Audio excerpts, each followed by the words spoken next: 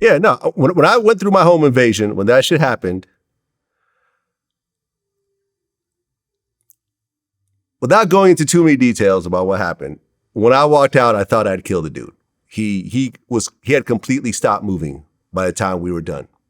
And I remember walking outside, covered in blood, his blood, and the police arrived because the girl had ran next door to call the police. The police arrived, and I just explained to him that it was a home invasion. I had defended myself. And for a couple of hours, I'm thinking, all right, so this is what it feels like to kill somebody in self-defense. I don't have a problem with this. I didn't feel sad. I didn't feel remorseful. I didn't feel bad for him. I didn't feel bad for his family. In fact, my first thought was good riddance. Right. Because I felt that had that night went a little bit different, and had I not reacted the way I reacted, I would have been dead. Because he looked me in my face. He looked me in my face and said, "Are you ready to die?" He said that to me. And at that point, that's and you gotta that's when I expect blacked to out. die when you come in somebody's home, bro. Like when you come in a state, you knowing there's valuables in here that you would die for. You knowing that there's something in here that you would die for. You feel there's something in here that you would die for. So you have to die. There's no way you can let that man be judged by 12 people. He has to die. He had like he has to die. I agree. And I remember going through that. That is what completely changed who I was as a human being. Because at that point on, I no longer feared any other man. I like the level of like the base level of fear, because I felt like I always had a fear of the unknown. Time slanging eye? and only time. And only time. I'm not trying to revisit that shit. But I remember, like, and for everyone in the comments that says I'm lying and everything else like that,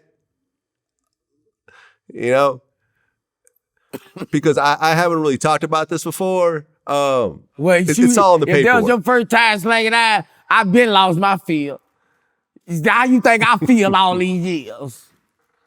Right. Yeah, after that. So you know what I'm talking about. Yeah. You and I actually know. Yeah. And maybe this is why you and I get along so well. Because there's a certain base level thing that you and I went through that I feel that most people have not gone through. Yeah, right? Yeah. Like when you get that feeling like, yeah, motherfucker, yeah. Yep. Yeah, I'm just as strong as anybody else with this motherfucker. Right. Yeah. I'm the DC, right. I might be better than the DC sniper with this motherfucker. I wish a motherfucker would. You know what I'm saying? Yeah. Yeah. Well, in my situation, it didn't actually involve guns. It actually involved just straight violence. You know what I'm saying? But that feeling that day of like, okay, so this is what it's like to be in this type of situation. This is what it's like to potentially kill somebody. Because for 2 hours I got to feel it. And then, ultimately he survived. They had to carry him out. He was completely fucked up. Whole face had to be stitched up, everything.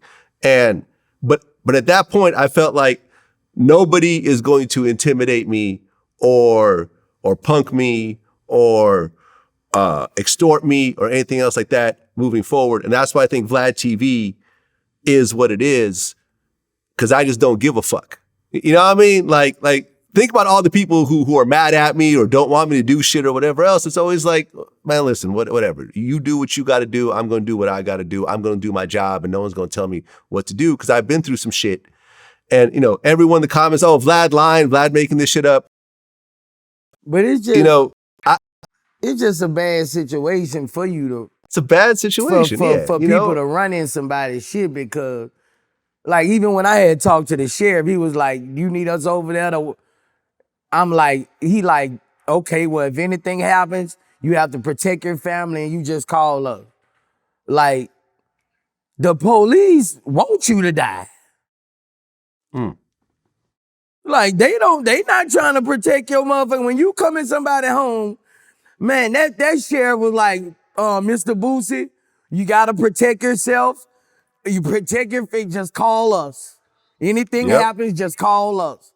Bro, like them people want your ass bro, like you gonna lose. It's justified, man. You can't, bro. Let me tell you, standing outside. That ain't a good lick, bro.